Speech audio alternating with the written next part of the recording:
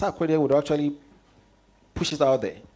Once Sarkodie posts it on his platforms or his social media platforms, his followers are actually watching. And so Kwesi Smoke was able to capitalize on that clout of Sarkodie to actually leverage. Kwesi Yatta was one of the guys who actually leveraged on collaborations, thanks to the likes of Sarkodie, Medical, and a few big guns who actually helped him grow. LaRusso was also able to tap into the influence of Stonebwoy to elevate into where he is now.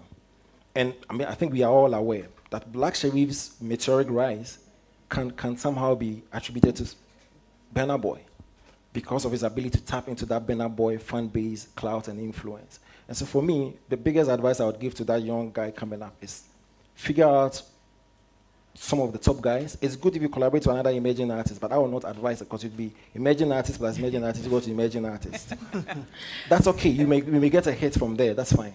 But if I had the opportunity of actually handling a young artist, I really want to target a collaborative effort or a collaborative project with one of the big guns. And there are a lot of examples actually to show how such a project would elevate your career and your craft. With limited resources. How do you collaborate with them with limited resources? No, wait.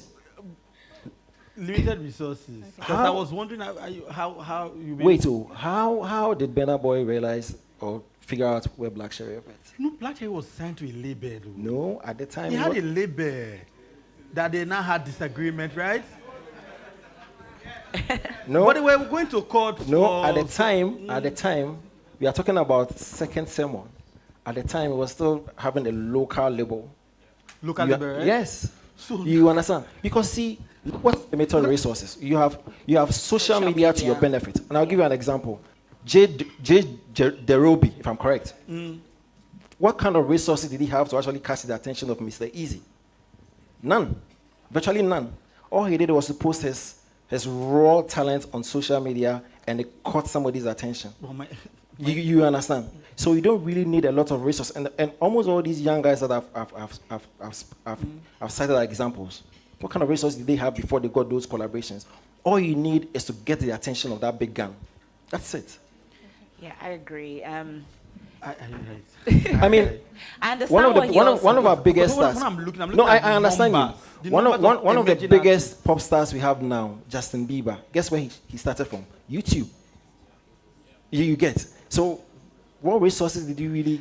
I think maybe in his mind, he's also including the funding part, where everyone seems to not really want to speak about when it gets to these emerging artists.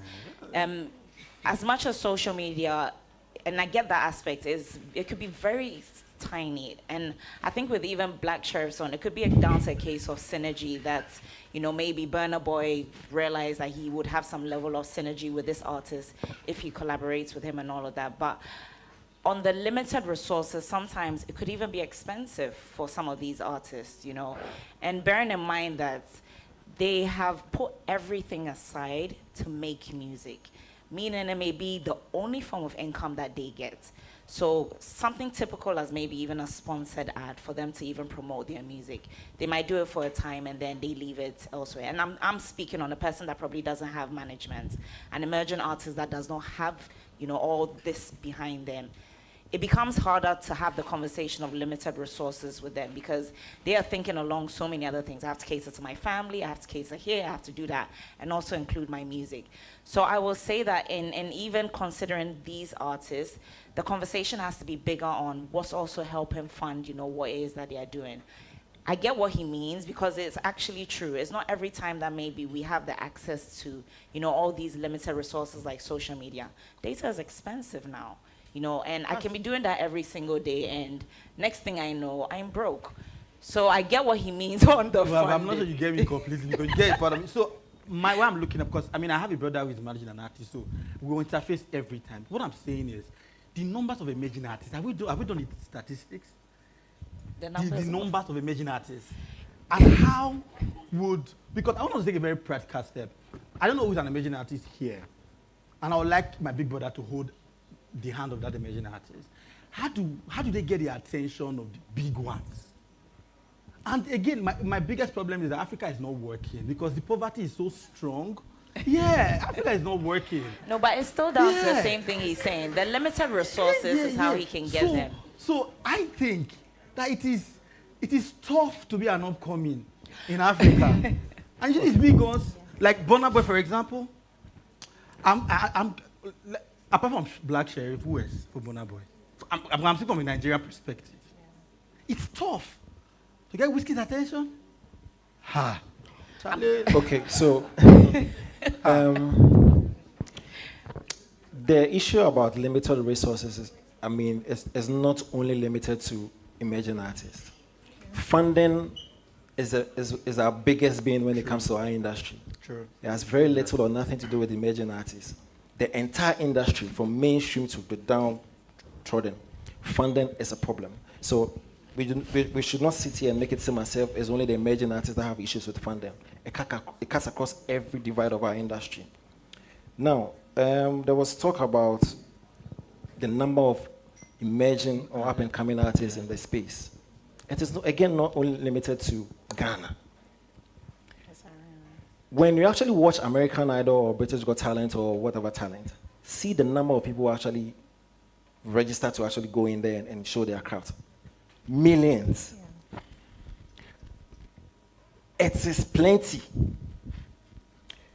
Go to the newly developed Afro-tapes across the regions and see the number of football people who are trying to get to that level. See. So every industry, the young, up-and-coming, emerging folks are more. Yeah. Because everybody is striving to actually find a space in there. So it is not limited to Ghana or Africa. Everywhere, you actually have the emerging guys be more than whatever. Now, they talk about, there's something you mentioned. Okay, go ahead. No, I want to just respond. Yeah. So there's this... limited time, you have to.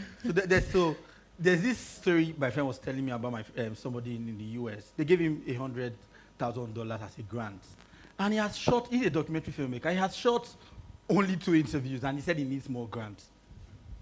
You know? So in my head, you guys, you need more, I give you 100K.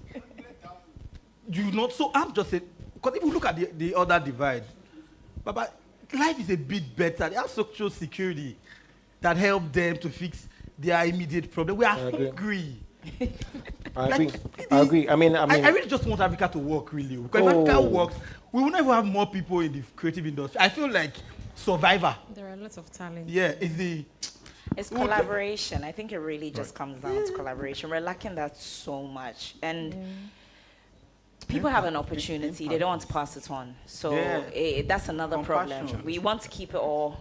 We want to keep it all for ourselves, and we're not looking to pass on that opportunity to someone else that might need it. We are holding on to things so tight, and that's why collaboration is really, really hard here. So I really think I agree with both of them. I'm not taking sides this time. But similar with what he's saying, you know, there's even that management of even that funding. You know, when you get that money, what exactly are you doing with it? Someone will say, I'm going to get a studio. Another person will say other things. They are keeping the things that they also want in mind. So I'll definitely say both is important, and we need to keep the idea of like the collaboration and help as much as we can. Okay, so due to limited time, I would say that this session was so much educative. And one thing I can say is that grace makes the difference. Yeah, sometimes. Yeah, grace. As a pastor, right? So what better as a traditionalist? Yeah. So it's so painful we are ending right now, but due to time, we'll have to end. Please, let's give a round of applause to our... I would allow for your panelists before they leave to take some questions. Okay, maybe about 2 to 3 questions. If you can put up your hand. I saw this hand up first. Yes, and let's do that before they leave. Thank you. Yeah, good evening, everyone. My name is Oscar P. I'm a DJ. I'm from Nigeria. I'm based in Ghana here. And I'm a talent manager as well. I have currently 2 artists, one a Ghanaian and a Nigerian artist, and they're all female artists. And I want to say something in regards to the last 2 things that the panelists was talking about, leveraging on events and opportunities on how to move when there is limited resources. Number 1 is that last year, December, I had a very, very challenging December in terms of working with my artists. I said this December I'm going to use what is called shameless promotion for my artists. Yes, Because one of the biggest problems most emerging artists has is pride.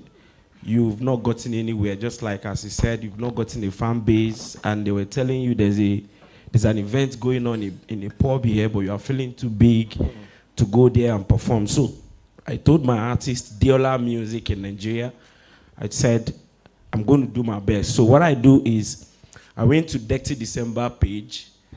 I pull up all the events on Dirty December. I look at the ones I have direct contact with. I reach out to the organizer. Oh, this is me, Oscar, DJ Oscar, that works in social place, that do this, did this. Shameless.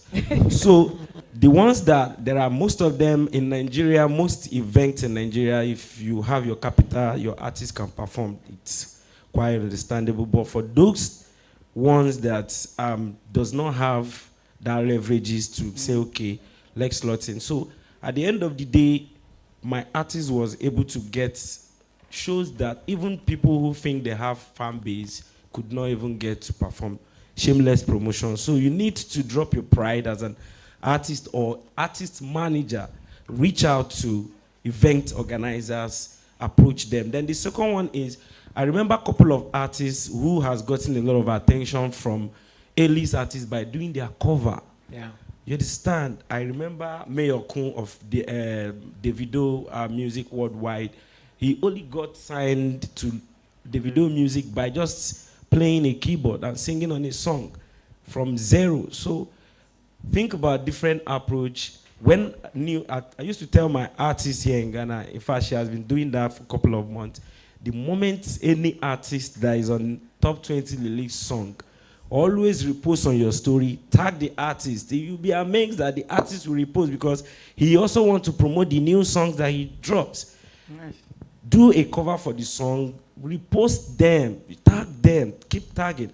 So these are ways most artists could even get to the limelight without even spending a dime. You understand? So take advantage and shameless promotion. Thank you. Emphasis on shameless promotion. All right, here we go. Good afternoon. Good afternoon. Sorry, once again, my name is Miro. Well, this question goes with, I do highlight music. And recently, you can see that the highlight music is no more called highlight. Because I think if you give birth, you give them a name. And that name is what our generations have been giving to us. But now we have shifted. And if you say you are doing high life, people say, now what? So what are you trying to do? I don't know. And then my second question, the emerging artist, the collabo. I think I have a collabo with Adani Best. And for so long, I think Adani Best have not released. And then I dropped the song Nyanyo. Yes, during the COVID time. After dropping the song Nyanyo, the video is going, and you can see that. Even he called me last week. He's in Australia. And he called me, Miro. I played many shows with him last year, somewhere here and there. Like he said, I'm a very humble person, but I'm very principled. So right now, my question is, if this thing continues, for those of us who are still struggling, because if I go back to the archives with Baba Shanti and the few ones, and we're still struggling, and we are still diverting our tradition. The tradition is because we are here and we observe 1 minute silence for the legendary Nana Jotako. Now if you come to the category, now even tomorrow I'm having an award night and they don't even put the highlight over. So I say, Charlie, I give myself up to 6 months. Mejai. It is better to be here. Because the talent is in me. When it goes, it comes. So what can we do? And to the extent that you get frustrated. Thank you very much. And then the Payola. I want to just say something on what he said. And Jules, the producer, released an EP last year called Palm Wine Diaries. And his main thing for that project was it was a passion project for Ghana because he wanted everyone to understand that we have a sound of our own, which is high life music, right? And I just want to add to what he's saying that it also comes down to what we are also doing to promote our own music as well. You know, if we're saying that high life is something that we hold so, and truly, high life is the soul of Ghanaians, if we're being honest, that's our soul music. And if we're really trying our best to, you know, promote it, what's wrong with working with, you know, a Afrobeats artist that's here growing? What's wrong with combining the high life to that and still keeping that identity stuck there? There's nothing wrong with that. I think it's also just down to us not thinking that maybe we're stuck here, so we cannot move it anywhere. We need to try and collaborate. Like, everything really comes down to collaboration. It really comes down to the people that we speak to and all. And also, again, it will bring you back to the limited resources. Maybe there are ways that maybe you cannot promote the music how maybe another Afrobeats artist in Ghana is promoting their music. It also comes down to collaboration. Adani Best, we know his music. He's bigger than probably even the emerging, of course, bigger than the emerging artists. So you would also be thinking that as an artist that huge, why can we not promote his music again? It will still come down to collaboration and what we are doing as the people to also make sure our music is, you know, intact and staying, you know, on the ground that it's meant to be. So to answer what he said, I would just probably say, find the people that you can also have or collaborate this music with. If it's high life that another artist probably loves, I want to use Black Sheriff as an example. He's doing high life music, if we're being honest, but he's finding a different way to go about it. No one is saying that's change what you do, but maybe find a way that you can get it to a point where it's a lot more acceptable for everybody else, because times are changing now. We might not want to use a landline anymore because that's not what is there. But some of us would probably love to use a landline today. We're getting with a program, we're getting into technology, we're getting into all these things. So everything starts from the ground roots upwards, right? So it starts from there. We just have to get to the people that can help us, you know, on these plans that we have. Yeah. Okay, so quick one on the high life conversation. I think we've come a very long way when it comes to that high life, you know, element. We came from an era where high life was big. You mentioned George Darko, may so rest in peace, to a point where high life was not even considered at all. There were periods where when you actually played the Ghana Music Awards nomination list, you couldn't find a high life song. So we moved from where it was big to where it was virtually non-existent to a point where it has evolved. What we are actually experiencing now is evolution. Like she said, most of the songs that we hear that are classified as Afrobeats are quintessential high life songs.